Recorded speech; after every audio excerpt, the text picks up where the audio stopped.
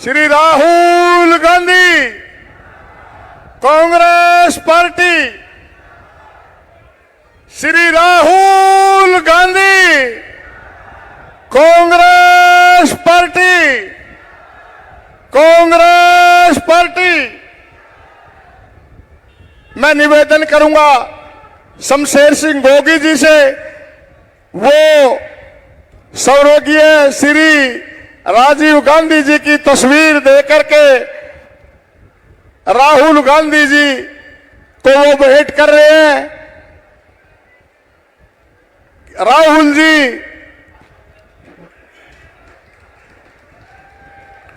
जी को राजीव जी की तस्वीर भेंट की है और एक राधा स्वामी सत्संग की किताब दी है। मैं निवेदन करूंगा, इस देश की दिल की धड़कन नफरत को खत्म करके प्यार की राजनीति को देश में स्थापित करने वाले नेता श्री राहुल जी से वो आए, राहुल गांधी जी।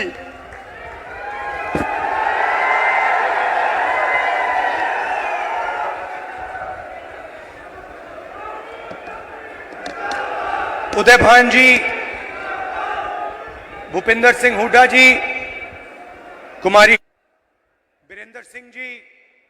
वीरेंद्र सिंह जी, स्टेज पे कांग्रेस पार्टी के सीनियर नेता, हमारे प्यारे कार्यकर्ता जिनको मैं आजकल बब्बर शेर कहता हूं, भाइयों और बहनों, प्रेस के हमारे मित्रों, आप सबका यहां बहुत बहुत स्वागत, नमस्कार। कैसे हैं आप? मूड कैसा है? नहीं, सुनाई नहीं दिया मुझे। मूड कैसा है? ये देखिए, आजकल ग्लोबलाइज्ड दुनिया है। सारे के सारे देश हवाई जहाज से, टेक्नोलॉजी से जुड़े हुए हैं। कुछ दिन पहले मैं अमेरिका गया। अमेरिका में मेरा प्रोग्राम टेक्सास में था और किसी ने मुझे कहा कि टेक्सास में हरियाणा के युवाओं से मुझे मिलना चाहिए। पता नहीं आपने वीडियो देखा, नहीं देखा? देखा। मैं आज आपसे उस वीडियो के बारे में बोलना चाहता हूं, क्योंकि अगर आज आप हरियाणा को समझना चाहते हो तो जो भी समझना है उस वीडियो के अंदर है। सबसे पहले जब मुझे बताया गया कि हरियाणा से हजारों लोग, 15-20 हजार लोग अमेरिका गए हैं, मैं हैरान हुआ। हरियाणा से इतने लोग अमेरिका क्यों जा रहे हैं, मेरे दिमाग में सवाल उठा। और फिर मैं डैलस में आपके भाइयों से एक छोटे से घर में जाके मिला। मैं आपको बताना चाहता हूं, आपके भाई डैलस में एक कमरे में 15-20 लोग सोते हैं। मैंने उनसे पूछा, आप अमेरिका कैसे आए? देशों की लिस्ट दे दी। पहले हम यहां गए, टर्की गए, कजाकिस्तान गए, कजाकिस्तान से साउथ अमेरिका गए, साउथ अमेरिका से एक के बाद एक, एक के बाद एक, एक के बाद एक हम दूसरे देशों से निकले और फिर हम पनामा के जंगलों से निकलकर अमेरिका में जाए। अमेरिका में हमें रोका गया पकड़ा गया और अब हम अमेरिका में हैं। रास्ते की कहानी बताई राहुल जी। रास्ते पे माफिया के लोगों ने एक बार नहीं अनेक बार हम सबको लूटा। हम समुद्र में से निकले, जंगलों में से निकले, पहाड़ों में से निकले। हमारे भाइयों को मरते हुए हमने देखा है, जंगल में मरते हुए देखा है, गिरकर मरते हुए देखा है, अपनी आंखों से देखा है। फिर मैंने सवाल पूछा, मैंने कहा कि भैया ये जो आपने सफर किया है, आप अमीर लोग तो नहीं हो, इस सफर के लिए, प्लेन टिकट के लिए, नाव के लिए, गाड़ी के लिए आपने कितना पैसा दिया? अमेरिका में घुसने के लिए आपने कितना पैसा दिया? राहुल जी, कम से कम 35 लाख रुपए अमेरिका में जाने के लगते हैं। फिर मैंने सवाल पूछा, भाई एक बात बताओ, आप 35 लाख रुपए ब्याज लिए हो या आपने अपना खेत बेचा? आधों ने कहा कि भैया हमने अपना खेत बेचा, दूसरों ने कहा हम ब्याज लिए। मैंने कहा किस रेट पे ब्याज लियो? कहते हैं 2% प्रति महीना। फिर मैंने पूछा, भैया एक बात समझाओ, आपने 30 लाख, 35 लाख, 50 लाख कर्जा लिया है, आप अमेरिका जा रहे हो, 50 लाख रुपए से तो आप हरियाणा में ही बिजनेस चला लोगे। जैसे मैंने ये बात बोली हंसने लग गए। कहते राहुल जी क्या बोल रहे हो आप? 50 लाख रुपए से हरियाणा में बिजनेस नहीं चालू हो सकता है।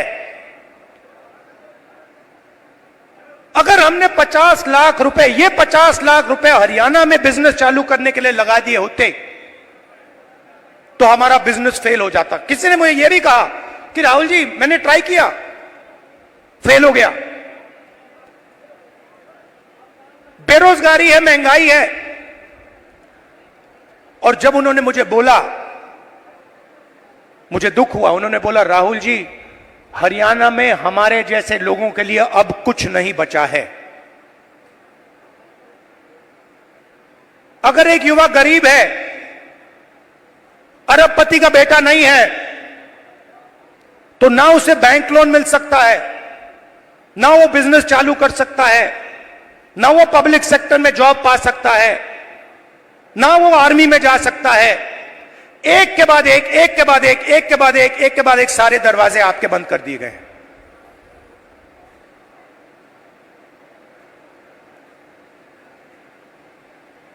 मैं जब उस घर से निकला, मैं सोच रहा था कि अगर इनकी ये हालत है तो इनके बच्चों की क्या हालत है। ये तो यहां है, कोई ट्रक चला रहा है, कोई जॉब कर रहा है, पैसा कमा रहे हैं। मेरे माइंड में आया कि इनके बच्चे क्या कर रहे हैं, इनकी फैमिली क्या कर रही है। कमरे में मैंने बात उठाई थी, मैंने कहा कि आप फैमिली से मिलते हो? नहीं राहुल जी, हम 10 साल के लिए अपने बच्चों से नहीं मिल पाएंगे, अपने परिवार से नहीं मिल पाएंगे, हमारे माता पिता मर जाएंगे मगर हम वापस नहीं जा पाएंगे। और फिर एक व्यक्ति ने मुझे कहा राहुल जी एक काम कीजिए, जब आप वापस हिंदुस्तान जाएंगे तो आप 5 मिनट के लिए हमारे परिवारों से मिल लीजिए और उनको कह दीजिए कि हम ठीक हैं, हम सलामत हैं। मैंने उनसे कहा कि भाई बताओ आपके पास तो मोबाइल फोन तो होगा, वीडियो कॉल करते होगे? तो उनको तो मालूम होगा। वो मुझे कहते हैं नहीं राहुल जी, वो मानते नहीं है। हम वीडियो फोन पे कॉल करते हैं और हमारे बच्चे मानते नहीं है कि हम ठीक हैं। अजीब सी बात है।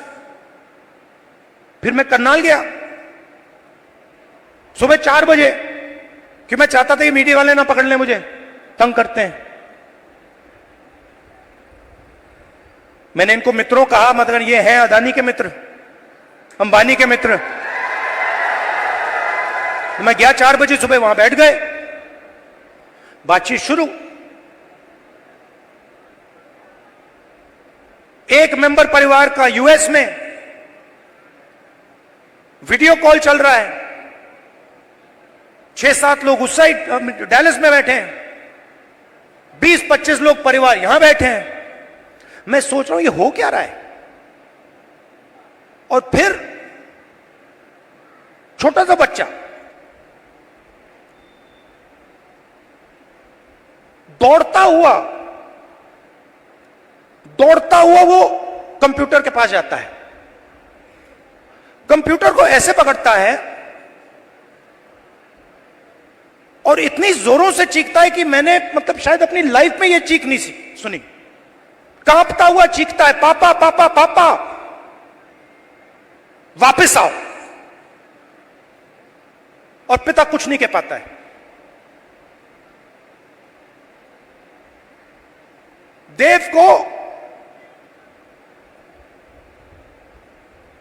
देव की आंखों में आंसू, चिल्ला रहा है। और पिता हजारों किलोमीटर दूर मुस्कुराने की कोशिश कर रहा है, नहीं मैं ठीक हूं। किसी ने कहा बच्चा इमोशनल हो गया। मैंने माइंड में सोचा कि इमोशनल हो गया, इसके हर रोज सीने में छुरे लग रहे हैं। इमोशनल शब्द का क्या मतलब है? वो अपने पिता को 10 साल के लिए नहीं देखेगा, छू नहीं पाएगा, गले नहीं लग पाएगा। क्यों? क्योंकि हरियाणा की सरकार ने हरियाणा को नष्ट कर दिया है, खत्म कर दिया है। वो देव की चीखें नहीं थी, वो हरियाणा के हर युवा के चीखें हैं। और जब वो बोल रहा था, मैं सोच रहा था कि इलेक्शन सब कुछ ठीक है, मगर हरियाणा में जो लाखों बच्चे इस प्रकार से रो रहे हैं, चीख रहे हैं, कांग्रेस पार्टी का काम उनके आंसू को पोंछने का है, उनके चीखों को बंद करने का है।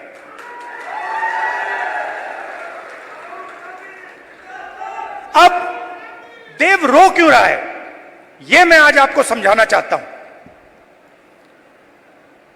नरेंद्र मोदी जी ने, हरियाणा की सरकार ने सिस्टमैटिकली इस देश का जो रोजगार का सिस्टम है उसको खत्म किया है। वो जो युवा अमेरिका गए हैं, छोटे से घर में 20-25 एक कमरे में रह रहे हैं। एक वहां पे था जिसको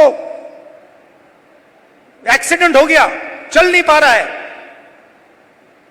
उसकी मां मुझे कहती है, राहुल जी मैं तो बेटे से मिलना चाहती हूं। मैं कहना नहीं चाहता था, कैसे मिलोगी? वो 10 साल के लिए वापस नहीं आ सकता। तो बच्चे चिल्ला रहे हैं, माताएं चिल्ला रही हैं, पूरा परिवार चिल्ला रहा है। क्यों? क्योंकि हरियाणा में रोजगार नहीं। नरेंद्र मोदी क्या करते हैं? काले कानून लाते हैं। जो है आपके पास, जो आप पूरे देश को देते हो,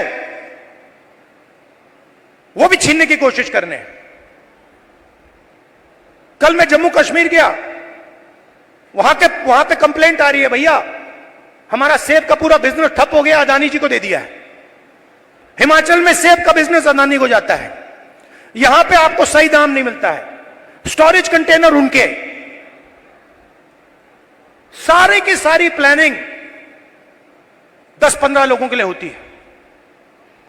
हरियाणा के किसानों का कर्जा माफ नहीं होगा, आपको सही एमएसपी नहीं मिलेगी, मगर 25 अरबपतियों का 16 लाख करोड़ रुपया कर्जा माफ होगा। और आप देखते रहोगे कि भाई ये हो क्या रहा है। ये प्रदेश जो पूरे देश को भोजन देता है, यहां हो क्या रहा है।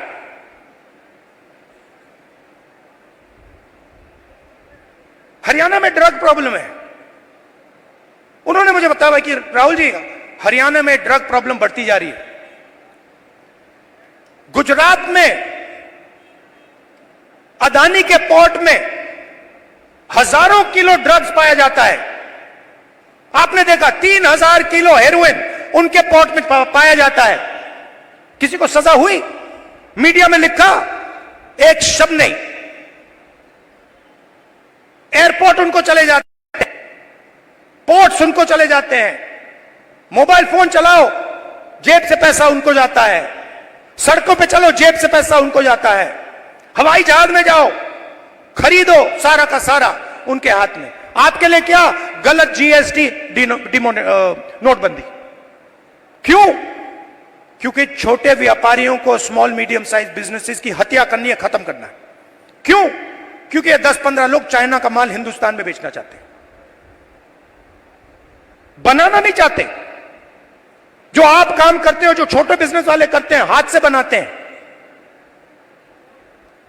वो नहीं करना चाहते। जो हिंदुस्तान में बनाता है उसको खत्म करना चाहते हैं, और चाइना का माल हिंदुस्तान में बेचना चाहते हैं। लिस्ट निकालिए कंपनियों की, चाइनीज कंपनियों की लिस्ट निकालिए और देखिए उनका हिंदुस्तान में पार्टनर कौन है। चाइना के युवा को फायदा मिल रहा है, चाइना की सरकार को फायदा मिल रहा है, अरबपतियों को यहां फायदा मिल रहा है। नरेंद्र मोदी जी की मार्केटिंग हो रही है, और देव चिल्ला रहा है, चीख रहा है, मेरे पापा को वापस लाओ, मुझे अपने पापा चाहिए। मैं सोच रहा था जब मैं घर जाऊंगा मैं देव के लिए थोड़े खिलौने भेजूंगा। फिर मैंने सोचा क्या मतलब, खिलौने से क्या होगा, फुटबॉल से क्या होगा, क्रिकेट बैट से क्या होगा, वो तो अपना पापा चाहता है। तो ये हरियाणा की हालत है, और ये हम बदलना चाहते हैं।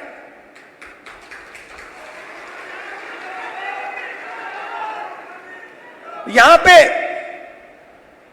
स्टेज पे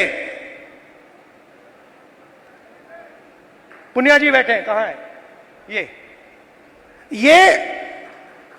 और इनके जैसे लोग गोल्ड मेडल पाते हैं। मैं इनके जिम में गया, ये 24 घंटा लगे रहते हैं।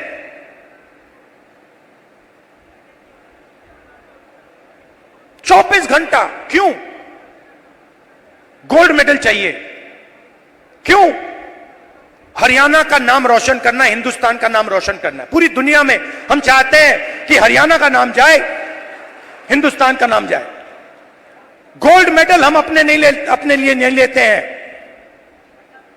गोल्ड मेडल हम हिंदुस्तान के लिए लेते हैं। इन्होंने कहा मुझे, इसने कहा, वो भी 4 बजे सुबह।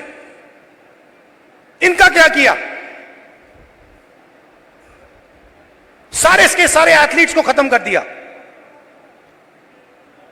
इनके बहनों का सेक्सुअल हरासमेंट हो रहा है, और जो कर रहा है उसकी रक्षा चल रही है। 24 घंटे टीवी पे देखो, वो रो रही है, कोई फर्क नहीं पड़ता, बीजेपी का आदमी है, चिल्लाओ जितना चिल्लाना है, देव के साथ चिल्लाओ, 24 घंटा चिल्लाओ, हमें कोई फर्क नहीं पड़ता, मर जाओ। ऐसा हरियाणा हमें नहीं चाहिए। हमें हरियाणा ऐसा चाहिए जहां बच्चे ना रोएं, जहां पिता अपने बच्चे के गले लग सके, जहां मां ना रोए। ऐसा हरियाणा हमें चाहिए, और ऐसा हरियाणा कांग्रेस पार्टी आपको देने जा रही है। अब आप मुझसे पूछोगे ठीक है आपने कह दिया, बताओ कैसे। मैं आपको शुरुआत की बात कर रहा हूं। पहला कदम, महिला शक्ति, 2000 रुपए हर महीने महिलाओं को और 500 रुपए का गैस सिलेंडर। दूसरा कदम, जो 2 लाख वैकेंसीज सरकार में आज खाली पड़ी हैं युवाओं के लिए, हम वो भर के आपको दे देंगे। किसान को एमएसपी गारंटी करके हरियाणा की सरकार देगी, और जो आपका बीमा का पैसा है वो आपको एकदम मिलेगा। जैसे ही नुकसान होगा उसके एकदम बाद आपको बीमा का पैसा मिलेगा। गरीबों के लिए घर, 100 गज के प्लॉट और 3.5 लाख रुपए दो बेडरूम के घर के लिए, और 300 यूनिट फ्री में बिजली। मगर ये लड़ाई सिर्फ हरियाणा की नहीं है, मैं आपको बताऊं, ये लड़ाई हिंदुस्तान की लड़ाई है, और ये लड़ाई कॉन्स्टिट्यूशन को बचाने की लड़ाई है। मैंने इसके बारे में बहुत सोचा है, ये हो क्या रहा है, ये बीजेपी के लोग कर क्या रहे हैं। ये कॉन्स्टिट्यूशन पर आक्रमण कर रहे हैं। जो हिंदुस्तान के गरीब लोग हैं, कमजोर वर्ग के लोग हैं, कॉन्स्टिट्यूशन उनकी रक्षा करता है, और बीजेपी कॉन्स्टिट्यूशन को मिटाने की कोशिश कर रहे हैं। वो कह नहीं सकते, ऐसे स्टेज पे आकर वो कह नहीं सकते कि हम कॉन्स्टिट्यूशन को मिटा देंगे, मगर वो करते हैं। सारी की सारी संस्थाओं को आरएसएस के लोगों के हवाले कर दी है। पूरा कंट्रोल नागपुर का है, उसमें हिंदुस्तान के 90% लोगों के लिए कोई जगह नहीं है। आप देख लीजिए, आप लिस्ट निकालिए, जिन जिन लोगों को आरएसएस ने हिंदुस्तान की संस्थाओं में डाला है, लिस्ट निकालिए। चाहते हो मैं दे दूंगा आपको। उसमें ना आपको एक ओबीसी मिलेगा, ना आपको एक दलित मिलेगा, ना आपको आदिवासी मिलेगा।